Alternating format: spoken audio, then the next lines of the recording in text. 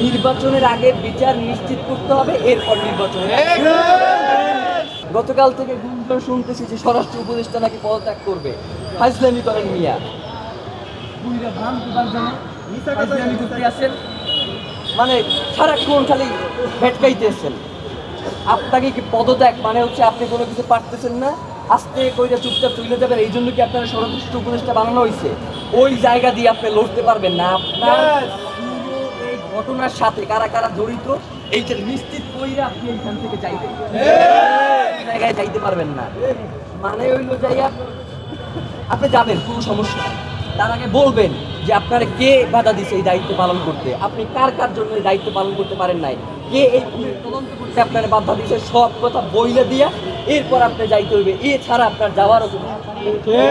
এবং ডক্টর ইউনূসকেও আমরা বলতে চাই যে বাংলাদেশের জনগণ আপনাকে প্রধান উপদেষ্টা বানাইছে এই জনগণের স্বাধীনতা সার্বভৌমত্বকে টিকিয়ে রাখার জন্য।